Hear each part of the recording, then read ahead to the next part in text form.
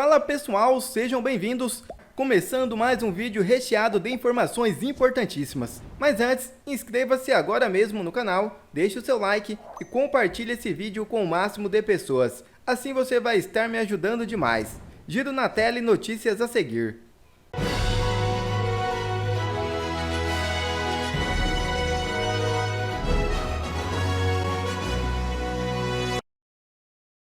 Feito tudo isso, ele coloca a coisa para. Ele vai testando a temperatura. Então, quando são feitas essas prisões e é apresentado esse relatório da Polícia Federal, você imagina que vai haver o general Mário Fernandes é um cara muito respeitado dentro da Força. Você imagina que ele e todos lá, o de Oliveira, o Cordeiro Neto, figuras absolutamente respeitadas, bons soldados. E você imagina que diante de um relatório repleto de narrativas, repleto de arbitrariedades, prisões arbitrárias, o comandante do Exército sem poder visitar os seus próprios comandados dentro de uma base militar, você imagina que o Alexandre estava testando para ver se viria alguma reação. Viria. As pessoas olham, o general Heleno, tem homem mais respeitado dentro das Forças Armadas Brasileiras do que o general Heleno? O próprio general Braga Neto, que criou ali alguns pontos de atrito dentro da política, mas vejam o histórico do general Braga Neto no Rio de Janeiro, no meu Rio de Janeiro. Então, você imagina que vai haver algum tipo de reação. Não teve reação alguma. Com isso, e com base na votação absolutamente absurda do caso do impedimento, o Alexandre se sentiu absolutamente à vontade para dar o próximo passo, decretar a prisão do general Braga Neto. E a gente pode falar sobre isso, né, do ponto de vista penal. Eu podia discutir isso do ponto de vista penal, né, do ponto de vista legal, como se houvesse ainda lei no Brasil. Eu teria que fingir que há lei no Brasil para discutir essa questão. Então, claro, a prisão por suposta obstrução de justiça, no entendimento, eu podia ler aqui, provavelmente está aqui em algum lugar da pauta, o entendimento do Supremo Tribunal Federal, as súmulas que diz, a súmula do próprio STF, que diz que o caso tem que ser contemporâneo, etc, para uma prisão preventiva. A prisão preventiva, o que você tinha era uma conversa, olha que loucura, o que você tinha era uma conversa de 2023, ou seja, de mais de um ano atrás, onde supostamente alguém estava pedindo ao pai do Cid a colaboração. Mas, aliás, tem um post do Rodrigo Chemin no X, que explica essa situação. Do Rodrigo Chemin. Não sei se a gente tem aqui, vamos lá. Tem, mas eu não vou conseguir ler esse troço que está absolutamente gigantesco. Não vou conseguir ler isso, porque ficou muito grande esse corte, a gente deveria ter feito em duas partes. Ele lê aqui o parágrafo 1º do artigo 315, né, que diz o seguinte, que eu imagino que seja do Código de Processo Penal. O segundo artigo do Código do 312 do Código de Processo Penal diz que a decisão de decretar prisão preventiva deve ser motivada e fundamentada em receio de perigo e existência concreta de fatos novos ou contemporâneos que justifiquem a aplicação da medida adotada.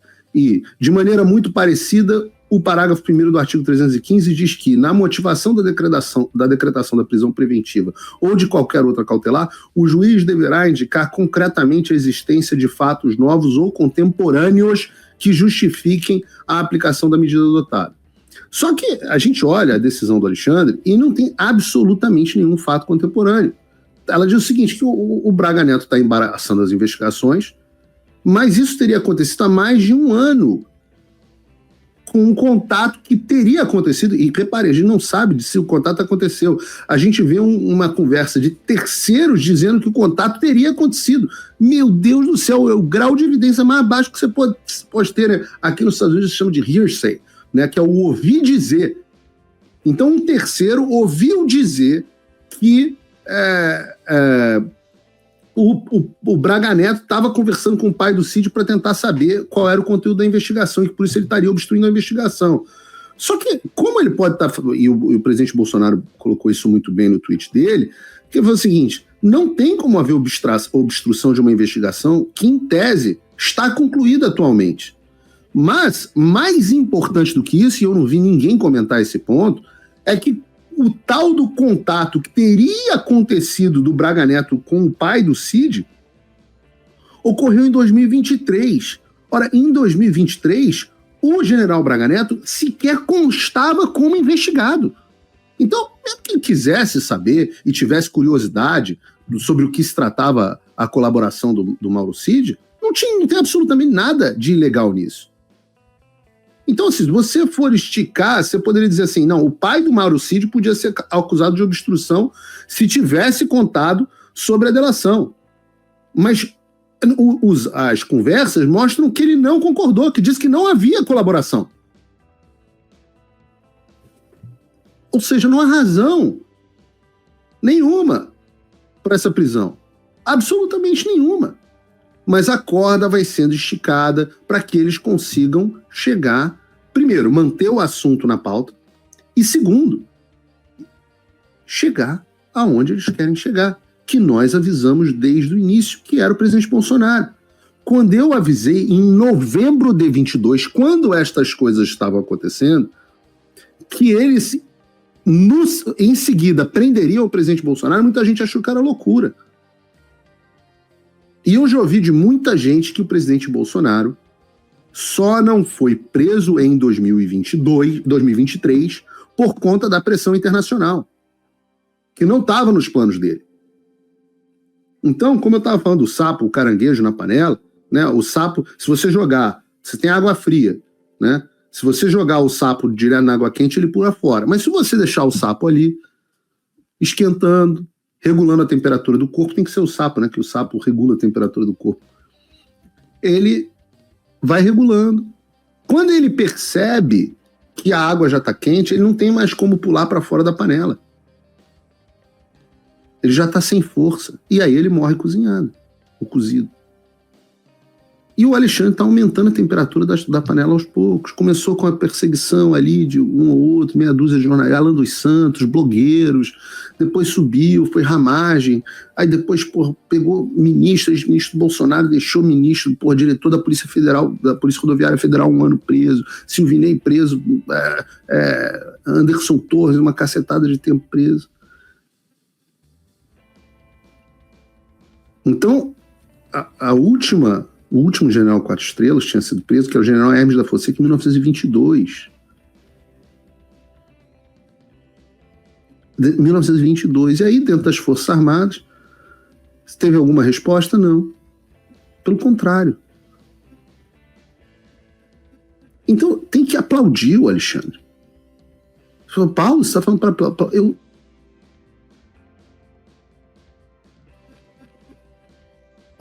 Justamente no momento em que eu disse que tinha que aplaudir o Alexandre, né? Aplaudir no sentido de que não é que ele é um craque, não é que ele é virtuoso, é que ele é capaz. Aliás, até tem um aspecto virtuoso que é das virtudes cardinais, é a fortaleza. Ele resolve. Prestem atenção, o Alexandre de Moraes foi capaz de desmoralizar não só o STF, como o TSE, mas como o Exército de Caxias. Conseguiu nomear um comandante do Exército dócil, conseguiu que houvesse alteração do alto comando do Exército para um alto comando dócil. E quem não acredita, olha aqui a notícia do Estadão. O comandante do Exército não foi informado pela PF, da prisão de Braga Neto. Veja os bastidores.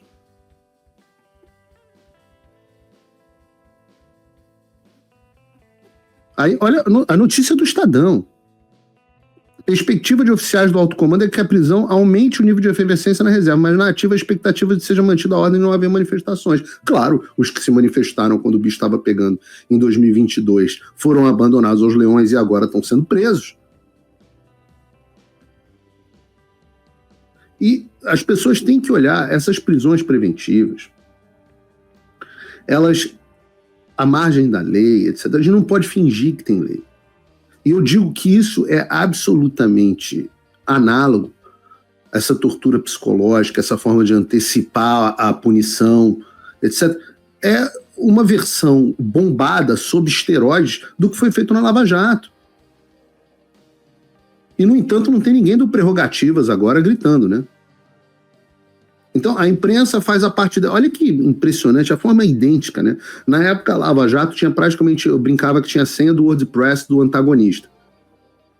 Então, ia lá e passava, eram 2, 3 semanas queimando, vazando seletivamente informações das investigações para a imprensa, para a Globo e para o antagonista. Na época, o antagonista era relevante. E era relevante, o Cláudio Dantas é um cara com muitas fontes, então, o jornalista publica, né? Então, ia lá e recebia informações, até hoje não se sabe, porque violação de sigilo funcional no Brasil é brincadeira, você pode vazar coisa à vontade, tema do livro do Cash Patel, né, que você vai vazando coisa à vontade, então você assassina a reputação do cara mais ou menos umas 2 semanas, e aí você vai lá e pum, faz a prisão preventiva. E aí a imprensa entra também fazendo a parte dela, jogando as notícias, dizendo, olha, Braga Neto vai delatar, o general Mário vai delatar, tinha que o Silvinei da PF ia relatar, que o Anderson Torres ia delatar, tudo, e isso é feito, né? Quem estudou economia, você lembra que a gente aprende, quando a gente está aprendendo teoria dos jogos, o que se chama de dilema do prisioneiro. Então você tem 2 prisioneiros interrogados separadamente. Cada um deles pode cooperar, né? O cara, ou trair e confessar, ou seja, pode não cooperar e ficar em silêncio, ou pode cooperar, confessar e acusar o outro, etc, etc. Se ambos no teorema dos jogos é o seguinte, se ambos ficarem em silêncio, cada um fica preso, sei lá, 1 ano. Se um trair e o outro ficar em silêncio, o traidor sai livre e o outro pega 3 anos. Mas, se ambos traírem, eles acabam com 2 anos de prisão cada um. Então, é um dilema de teoria dos jogos, né? O dilema está no fato de que, se você pensar racionalmente, os 2 vão escolher trair para evitar o pior cenário individual. Mas isso leva a um cenário, um resultado pior do que se eles tivessem cooperado, ou melhor, se eles tivessem ficado em silêncio e não cooperado entre si, digamos assim. Se eles tivessem ficado em silêncio. Então, o inteligente do dilema do prisioneiro é que ele força todo mundo a fazer a delação com a expectativa de que vai pegar a menor pena. Mas no final é um truque psicológico, né, que a gente usa para estudar formação de preço em oligopólio. Parece um negócio chatíssimo, mas é um negócio super interessante. E o que o Alexandre quer é exatamente isso.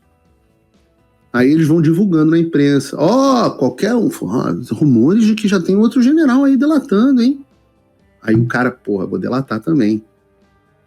Só que se ninguém delatar, a gente já viu pela bosta do relatório da PF, é que ele não tem absolutamente nada. A tal da delação do Cid é mantida em sigilo porque não é delação porcaria nenhuma.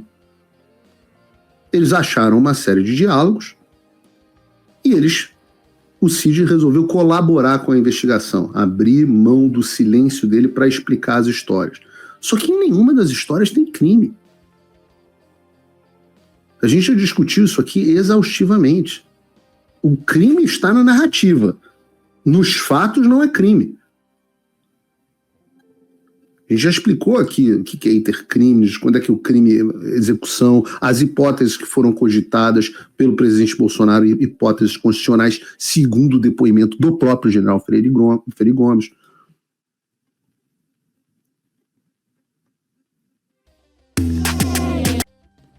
Quando eu digo esse negócio da gente olhar os votos e tal, poxa,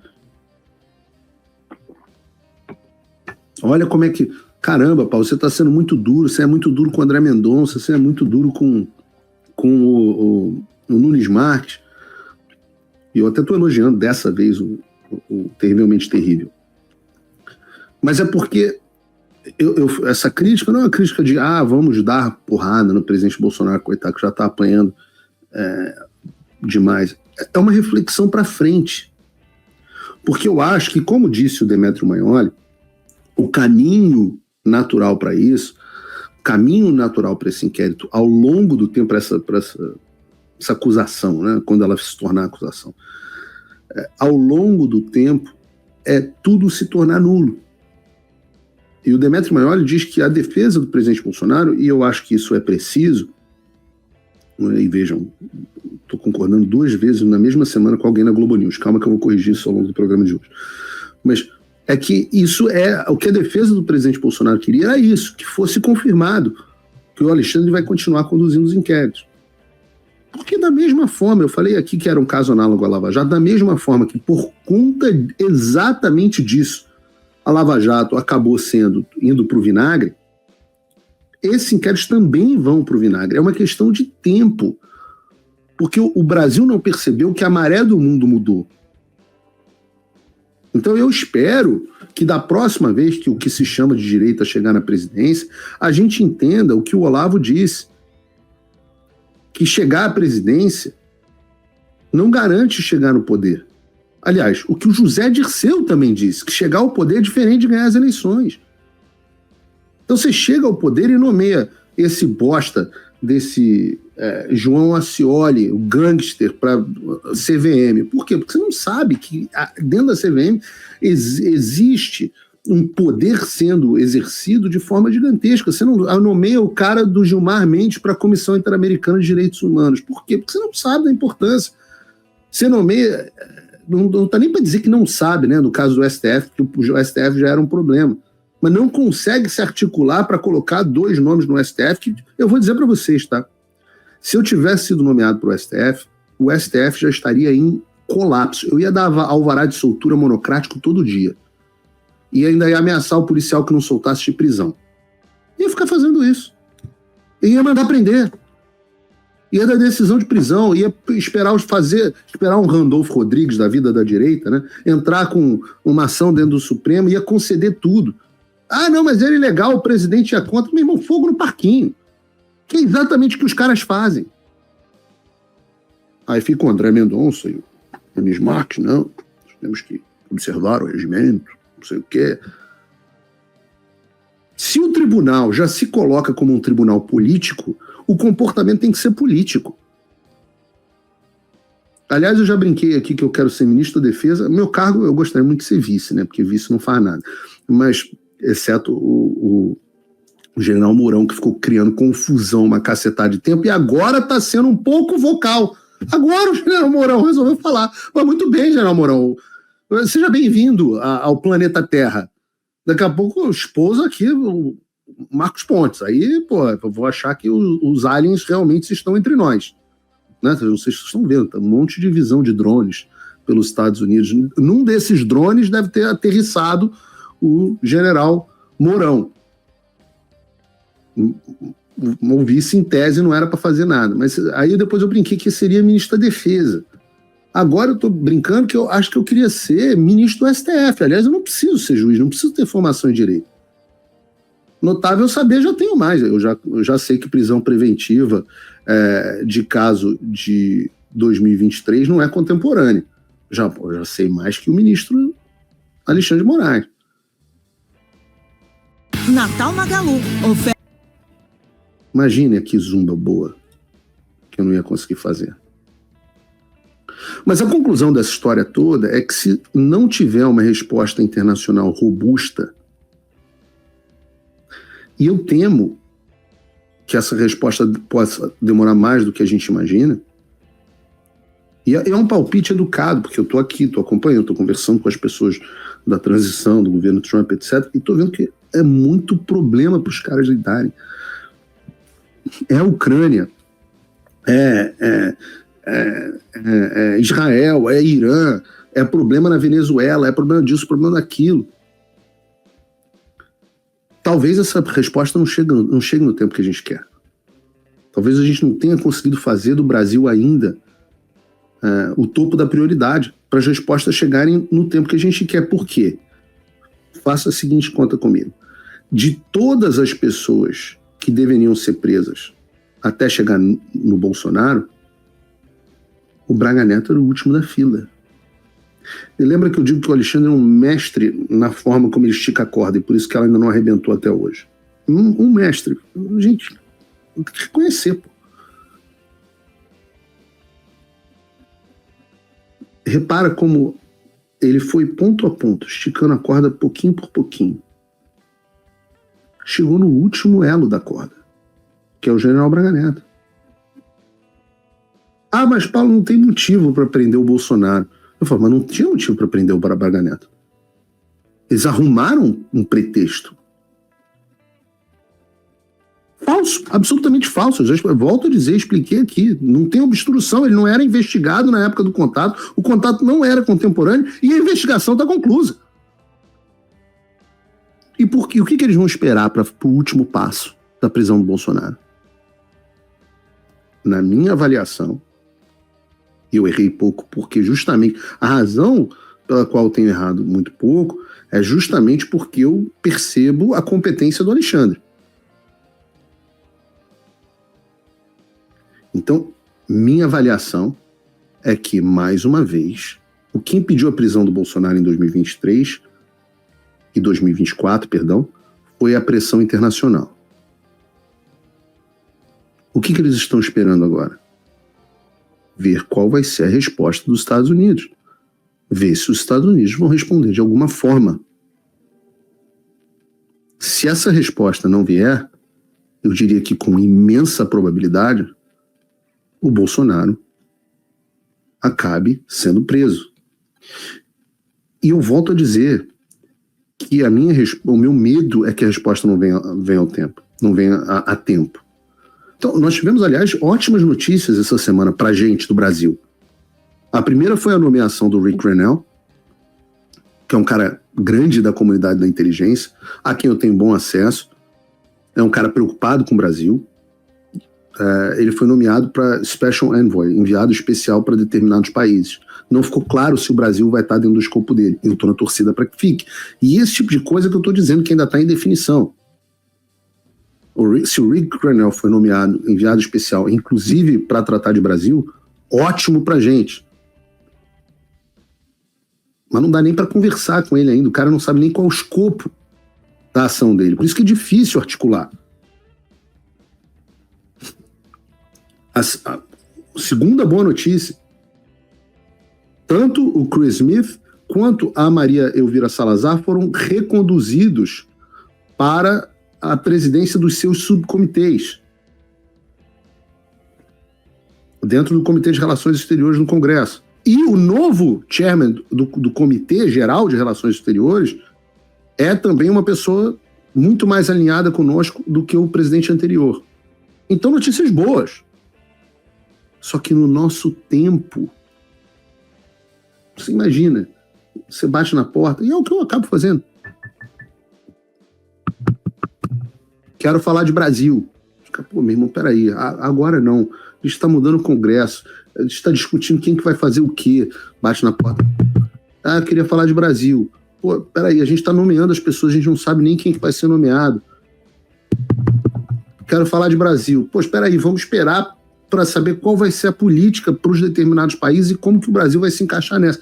Então, no nosso tempo, o grau de urgência que nós temos é diferente do grau de urgência que os outros têm. E eu digo mais, isso só é possível ser discutido porque 2 anos atrás a gente começou o trabalho de articulação e conscientização política sobre o Brasil.